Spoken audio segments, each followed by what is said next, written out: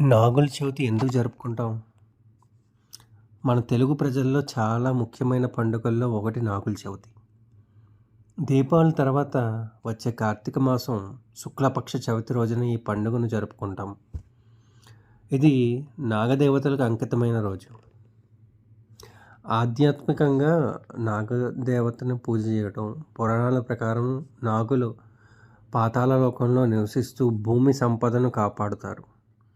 వీరిని పూజిస్తే కుటుంబంలో శాంతి, సౌఖ్యం, సంతానం, సంపద లభిస్తాయని నమ్మకం. శివునితో సంబంధం ఏముంది?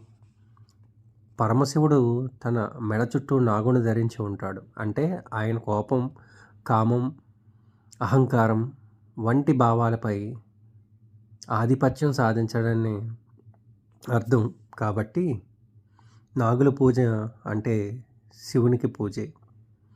మహాభారత కథ ప్రకారం జనమేయుడు చేసిన సర్పయాగం వల్ల నాగులు నాశనం అయ్యారు. ఆ పాపం తీర్చడానికి ప్రజలు నాగులను పూజించడం మొదలుపెట్టారు. అందుకే నాగుల చవితిని, నాగపంచమి వంటి పండుగలు వచ్చాయి. బిడ్డల ఆరోగ్యం కోసమే ఈ పూజలు చేస్తారని మహిళలు ఈరోజు ఉపవాసం ఉండి నాగదేవతను పూజించి తమ పిల్లల ఆరోగ్యం, ఆయుష్, క్షేమం కోసం ప్రార్థిస్తారు. శాస్త్రీయ కారణాలు చూస్తే ప్రకృతి సమతుల్యం కోసం నాగులు ఎలుకలను తింటాయి, అందువల్ల పంటలను కాపాడుతాయి. అందుకే పురాతన కాలంలో మన పెద్దలు నాగులను చంపకుండా పూజించి కాపాడేవారు.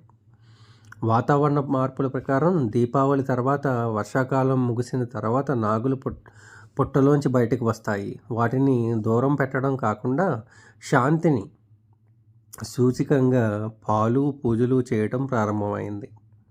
ఉపవాసం వల్ల ఆరోగ్యానికి ప్రయోజనం. దీపావళి రోజుల్లో ఎక్కువగా తినడం, తర్వాత ఆ రోజుల్లో ఉపవాసం వలన శరీరం డీటాక్స్ అయ్యి శుద్ధి అవుతుంది. అందువల్ల నాగుల చవితి జరుపుకుంటూ మొదలుపెట్టారు. నాగుల చవితిని పూజ విధానం ఏ విధంగాని ఉదయం లేచి స్నానం చేసి పుట్ట దగ్గరికి లేదా నాగదేవత ఆలయంలో పూజ చేస్తారు. పాలు, పసుపు, కుంకుమ, పువ్వులు, చలిమిడి, బెల్లం, గుడ్డు